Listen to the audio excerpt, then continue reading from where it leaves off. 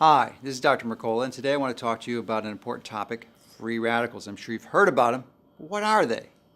They're very reactive molecules that are produced in response to environmental toxins or cellular actions in your body. And this is typically the result of energy production in your mitochondria that results when you burn your food as fuel.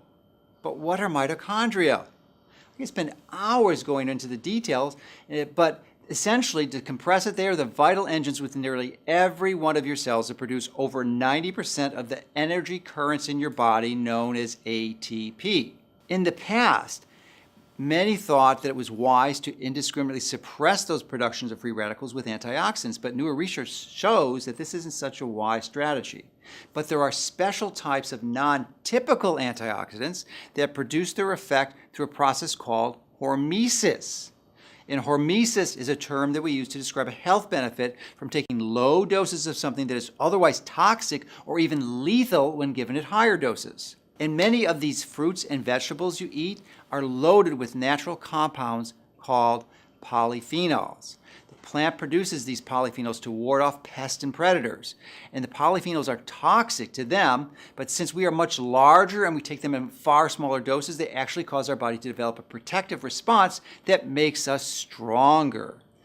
It's similar to exercise, which is actually another type of hormesis. And if you weren't a trained marathoner and ran a marathon and lifted weights for a day or two, that stress could actually kill you. But if you do it in lower doses with enough rest and recovery, it makes you stronger. Now, you might know that one of my new passions is improving mitochondrial dysfunction because it's such a pervasive component of all health processes. So one of the interesting strategies is to use these hormetic antioxidants, polyphenols, and a very special one is resveratrol, which is extracted from the skins of grapes and blueberries and cranberries.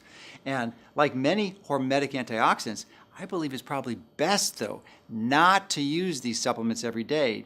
If you cycle it, your body is less likely to become resistant to the benefits. So, an interesting tip and strategy is take a break on the weekends. Only take it Monday through Friday. This is a strategy I've been following for a while now.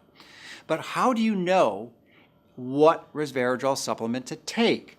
The prime source of resveratrol is from grape skins and seeds, even though it's present in other plants. Those are the highest concentrations. So it's important to understand that there are a number of different species of grapes. It's not all grapes that produce high quantities. The species that has the most potent form and highest concentration of resveratrol is muscadine grapes. However, this is going to be somewhat of a challenge because they're somewhat difficult to find, and many people don't like the very bitter taste of these seeds. If you taste them, I'd almost guarantee you that you'd immediately spit them out because they're so bitter. It seems to me be a far more effective, pragmatic, and rational strategy to identify a high-quality supplement. But please understand that you just don't want to take isolated resveratrol.